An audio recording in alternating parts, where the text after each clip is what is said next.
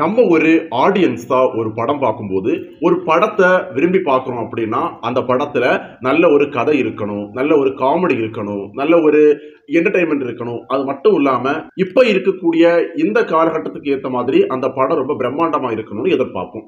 அந்த மாதிரி அந்த காலத்துல இருந்து இந்த காலம் வரைக்கும் அந்தந்த காலத்துக்கு ஏத்த மாதிரி படங்களை ரொம்ப பிரம்மாண்டமா கொடுக்கக்கூடியவர் டைரக்டர் சங்கர். டைரக்டர் சங்கருடைய படங்கள்னாலே நம்ம எல்லாருமே ரொம்ப எதிர்பார்ப்பா ரொம்ப எக்ஸைட்மெண்டா இருப்போம். ஏன்னா சங்கர் சாருடைய படத்துல ஒரு கதை இருக்கும். அது மட்டும் இல்லாம அவருடைய படங்கள்ல ஒரு பிரம்மாண்டம் அப்படிங்கிறது இருக்கும். பல கோடி பொருள் செலவுல ரொம்ப பிரம்மாண்டமா படங்கள் எடுக்கக்கூடிய டைரக்டர் சங்கர். சங்கர் சாருடைய படங்கள் பார்க்கும்போது ஒரு ஹாலிவுட் மூவி பார்த்த ஃபீல் இருக்கும். ஸோ இன்னைக்கு இந்த வீடியோவில் சங்கர் சார் டைரக்ஷன் பண்ண படங்கள், அதாவது 1993 இருந்து 2024 வரைக்கும் ஜென்டில்மேன்ல இருந்து இந்தியன் 2 வரைக்கும் அவர் டைரக்ட் பண்ண படங்கள்ல எந்தெந்த படங்கள் ஹிட் ஆயிருக்கு, எந்தெந்த படங்கள் ஆவரேஜா ஓடி இருக்கு அப்படிங்கிறத பற்றி நான் பேச போறேன். ஸோ வாங்க வீடியோவை ஸ்டார்ட் பண்ணலாம். அதெல்லாம் ஆரம்பிக்கிறதுக்கு முன்னாடி நீங்க இப்பதான் முதல் தடவை நம்ம சேனலை பாக்குறீங்கன்னா கண்டிப்பா சப்ஸ்கிரைப் பண்ணுங்க, பெல் ஐகானை கிளிக் பண்ணி வைங்க, ஆல் நோட்டிபிகேஷனையும் செட் பண்ணுங்க. வீடியோவை ஃபுல்லா பார்த்துட்டு சங்கர் சார் டைரக்ஷன் பண்ண படங்கள்ல உங்களுக்கு பிடிச்ச படம் எதுன்னு கண்டிப்பா கமெண்ட்ஸ்ல ஷேர் பண்ணுங்க.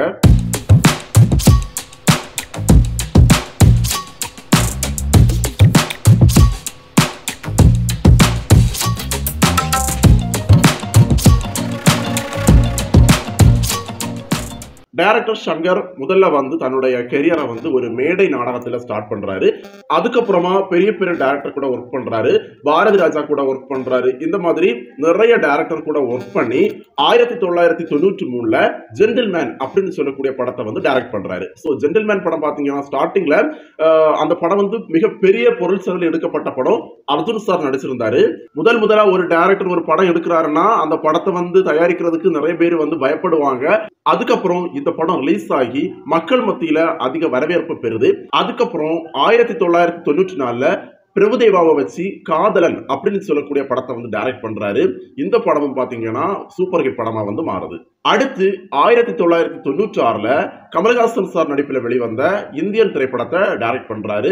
இந்த படம் சொல்லவே வேண்டாம், நம்ம எல்லாருக்குமே தெரியும். இந்தியன் படம் பாத்தீங்கன்னா 1996 மிகப்பெரிய வசூல், மிகப்பெரிய ஹிட் கொடுத்த ஒரு மூவி. சங்கர் சாருடைய படங்கள்ல நம்ம மெயினா பாக்குறது என்னன்னு பாத்தீங்கன்னா சங்கர் சாருடைய படங்கள் ரொம்ப பிரம்மாண்டமா இருக்கும்.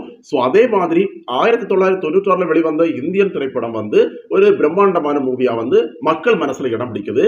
அடுத்து 1998 வெளிவந்த ஜீன்ஸ் திரைப்படம். இந்த படமும் பாத்தீங்கன்னா மிகப்பெரிய பொருள் செலவுல ரொம்ப பிரம்மாண்டமா எடுக்கிறாங்க. இந்த படமும் பாத்தீங்கன்னா பிளாக் பஸ்டர்ல ரொம்ப ஹிட் கொடுக்குது. அடுத்து அர்ஜுன் சாரை வச்சு 1999 வெளிவந்த முதல்வன் திரைப்படம். சோ முதல்வன் திரைப்படம் பாத்தீங்கன்னா அரசியல் ரீதியா இந்த படம் ரிலீஸ் ஆகும்போது நிறைய சர்ச்சைகளை உண்டு பண்ணியிருந்தாலும் இந்த படம் ரிலீஸ் ஆகி ரொம்ப பிரம்மாண்டமான வரவேற்பு பெறுது. நிறைய பாசிட்டிவ் கமெண்ட்ஸ் முதல்வன் திரைப்படம் பெறுது. இந்த படமும் பாத்தீங்கன்னா ஒரு சூப்பர் ஹிட் மூவியா மாறுது. முதல்வன் திரைப்படம் பாத்தீங்கன்னா ஹிந்தியில ரீமேக் பண்ணியிருந்தாங்க, நாயக் அப்படின்னு சொல்லக்கூடிய நேம்ல. ஆனா ஹிந்தியில முதல்வன் திரைப்படம் ரொம்ப சக்சஸ்ஃபுல்லா ஓடல. அடுத்து 2003 வெளிவந்த பாய்ஸ் திரைப்படம். ஸோ பாய்ஸ் திரைப்படம் பார்த்தீங்கன்னா அந்த அளவுக்கு பெரிய ஹிட் கொடுக்காம இருந்திருந்தாலும் இளைஞர்கள் மத்தியில இந்த படம் பெரிய ஒரு படமா பேசப்படுது. ஆனா குடும்பங்கள் மத்தியில ஃபேமிலி ஆடியன்ஸுக்கு இந்த படம் பிடிக்கல. ஏன்னா இந்த படம் பார்த்தீங்கன்னா யங்ஸ்டர்ஸ் பார்க்க வேண்டிய படம். ஃபேமிலி ஆடியன்ஸுக்கு பாய்ஸ் திரைப்படம் அந்த அளவுக்கு இஷ்டப்படல. அடுத்து 2005 வெளிவந்த அந்நியன் திரைப்படம். விக்ரம் சார் இந்த படத்தை நடிச்சிருந்தாரு. ஸோ இந்த படம் பார்த்தீங்கன்னா பாக்ஸ் ஆஃபீஸ்ல ஒரு மிகப்பெரிய ஹிட் கொடுத்த திரைப்படம். நிறைய பாசிட்டிவ் கமெண்ட்ஸ் இந்த படம் பெற்றிருந்தது. இந்த படமும் பார்த்தீங்கன்னா மிக பிரம்மாண்டமா மிகப்பெரிய ஒரு பொருள் செலவில் எடுத்திருந்தாங்க. அடுத்து சூப்பர் ஸ்டார் ரஜினிகாந்தை வச்சு 2007 வெளிவந்த சிவாஜி திரைப்படம். ஸோ சிவாஜி திரைப்படம் பார்த்தீங்கன்னா மிகப்பெரிய பொருள் செலவில் எடுக்கப்பட்ட படம். இந்த படமும் ஒரு சூப்பர் ஹிட் மூவியா 150 நாட்களை தாண்டி இந்த படம் தியேட்டர்ல ஓடி இருக்கு. 2007 வெளிவந்த சிவாஜி திரைப்படம் ஹிட் ஆனதுக்கு அப்புறம் டைரக்டர் சங்கர் ரஜினிகாந்த் சாரை வச்சு எந்திரன் அப்படின்னு சொல்லக்கூடிய ஒரு மூவியை டைரக்ட் பண்றாரு. ஸோ இந்த எந்திரன் மூவி பாத்தீங்கன்னா மிகவும் பிரம்மாண்டமான மூவி. ஸோ நம்ம எல்லாருக்குமே தெரியும், நம்ம சங்கர் சாருடைய ப்ரீவியஸ் மூவிஸை பார்க்கறத விடவும் எந்திரன் படத்தை பாத்தீங்கன்னா அந்த படத்துல அவர் ரொம்ப செலவுகள் பண்ணியிருப்பாரு, ரொம்ப மெனக்கெட்டிருப்பாரு. ஏன்னா அந்த படங்கள் அந்த மாதிரி இருக்கும், ரொம்ப பிரம்மாண்டமா. ஸோ அது பார்க்கறதுக்கே நமக்கு தெரியும். ஒரு ஹாலிவுட் ரேஞ்சில் எந்திரன் திரைப்படம் இருந்தது. எந்திரன் திரைப்படம் பாத்தீங்கன்னா ரிலீஸ் ஆனதுல இருந்து இன்னைக்கு வரைக்கும் அந்த படம் பாத்தீங்கன்னா எல்லாருக்குமே ரொம்ப பிடிச்ச ஒரு மூவி. பல கோடி வசூல் எந்திரன் திரைப்படம் பெற்றிருந்தது. அடுத்து 2012 சங்கர் சார் ஒரு ரீமேக் மூவி எடுக்கிறாரு. நண்பன். ஸோ இந்த படத்துல பாத்தீங்கன்னா நம்மளுடைய விஜய் நடிச்சிருந்தாரு. இந்த படமும் பாத்தீங்கன்னா ஒரு சூப்பரான movie, super hit movie. Three idiots அப்படின்னு சொல்லக்கூடிய ரீமேக்கா நண்பன் வருது. ஸோ இந்த படம் பாத்தீங்கன்னா மக்கள் அப்புறம் வந்து ஃபேமிலி ஆடியன்ஸ், யங்ஸ்டர்ஸ் எல்லாருக்குமே பிடிச்ச ஒரு மூவியா மாறிடுச்சு. அடுத்து 2015 வெளிவந்த ஐ மூவி.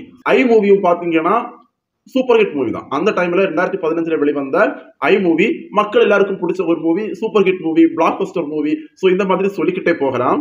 ஐ மூவில பாத்தீங்கன்னா விக்ரம் சாரோட ஹார்ட் ஒர்க் வந்து நம்ம எல்லாருக்குமே தெரிஞ்சது.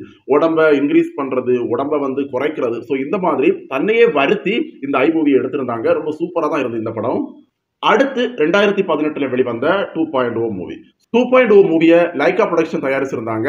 இந்த படம் பாத்தீங்கன்னா மிக பிரம்மாண்டமான பொருட்செலவில் எடுக்கப்பட்ட மூவி. எந்திரன் படத்தை மாதிரி எந்திரன் படத்துடைய செகண்ட் பார்ட்டா 2.0 வந்து ரிலீஸ் பண்ணியிருந்தாங்க. ஸோ இந்த படம் பாத்தீங்கன்னா அந்த அளவுக்கு யாராலையும் பேசப்படலை. ஆனா இந்த படம் பாத்தீங்கன்னா மிகப்பெரிய பிரம்மாண்டமான பொருட்செலவில் எடுக்கப்பட்ட ஒரு மூவி. இந்த படம் ஹிட்டா ஃபிளாப்பான்னு கேட்டீங்கன்னா ஃபிளாப்பும் கிடையாது, ஹிட்டும் கிடையாது. ஒரு ஆவரேஜான மூவியா தான் 2.0 வந்து பேசப்படுது. அடுத்து 2024 வெளிவந்த Indian 2 movie. So Indian 2 movie பாத்தீங்கன்னா 250 கோடி பொருள் செலவில் எடுத்திருந்தாங்க. ஆனா இந்த படம் பாத்தீங்கன்னா ரிலீஸ் ஆனதுக்கு அப்புறம் அந்த அளவுக்கு பெரிய ஒரு வசூல்ல கொடுக்கல. ஸோ இந்த படம் பாத்தீங்கன்னா ஹிட்டா ஃபிளாப்பான்னு கேட்டீங்கன்னா ஆவரேஜ் மூவியா தான் இந்தியன் 2 இருக்கு. இந்தியன் 1 மூவியை பார்த்துட்டு இந்தியன் 2 மூவியை பார்க்கும்போது இந்தியன் 2 மூவி வந்து ஒரு ஆவரேஜ் மூவியா தான் எல்லாருக்கும் தெரியுது. டைரக்டர் சங்கர் 1993 இருந்து 2024 வரைக்கும் கிட்டத்தட்ட 13 படங்கள் வந்து எடுத்திருக்காரு. சோ அந்த 13 படங்கள்ல எல்லா படமும் ரொம்ப பிரம்மாண்டமான மூவி, ரொம்ப super hit movies. Shankar sir எடுத்த மூவிஸ் எல்லாமே நம்ம வந்து ஃபிளாப்னு சொல்ல முடியாது, எல்லாமே ஆவரேஜ்னு சொல்ல முடியாது. ஸோ எல்லாமே சூப்பர் மூவிஸ் தான். ஸோ சங்கர் சாருடைய ஹார்ட் ஒர்க்கிங், அவருடைய ஒரு ஆடியன்ஸை கவரணும், பார்க்கக்கூடிய மக்கள் ரொம்ப விரும்பி பார்க்கணும், மக்களுக்கு புதுசா ஒண்ண கொடுக்கணும், ஸோ பிரம்மாண்டமா இருக்கணும். ஸோ அப்படிங்கிற மாதிரி சங்கர் சார் வந்து நிறைய படங்கள் எடுத்துட்டு இருக்காரு. மக்கள் எல்லாருமே ரொம்ப எதிர்பார்க்கக்கூடிய ஒரு டைரக்டர். ஸோ மக்கள் ஒரு படம் ரிலீஸ் ஆகுதுன்னா ரொம்பவே வெயிட் பண்ணி ஸோ இந்த படம் கண்டிப்பா பார்க்கணும் அப்படின்னு ரொம்ப வெயிட் பண்ணக்கூடிய ஒரு டைரக்டர் யாருன்னு பார்த்தீங்கன்னா டைரக்டர் சங்கர். ஸோ அவருடைய மூவிஸ் எல்லாமே ரொம்ப நல்லா இருக்கும், ரொம்ப பிரம்மாண்டமா இருக்கும், ஒரு ஸ்டோரி இருக்கும். சோ சங்கர் சார் டைரக்ஷன் பண்ண படங்கள்ல உங்களுக்கு பிடிச்ச படம் எதுன்னு கண்டிப்பா கமெண்ட்ஸ்ல வந்து ஷேர் பண்ணுங்க. இந்த வீடியோ பிடிச்சிருந்தா லைக் பண்ணுங்க, கண்டிப்பா நம்ம சேனலுக்கு சப்ஸ்கிரைப் பண்ணுங்க. இந்த வீடியோவோட கிளம்புறேன். நாளைக்கு உங்களை மறுபடியும் சந்திப்பேன். பாய்.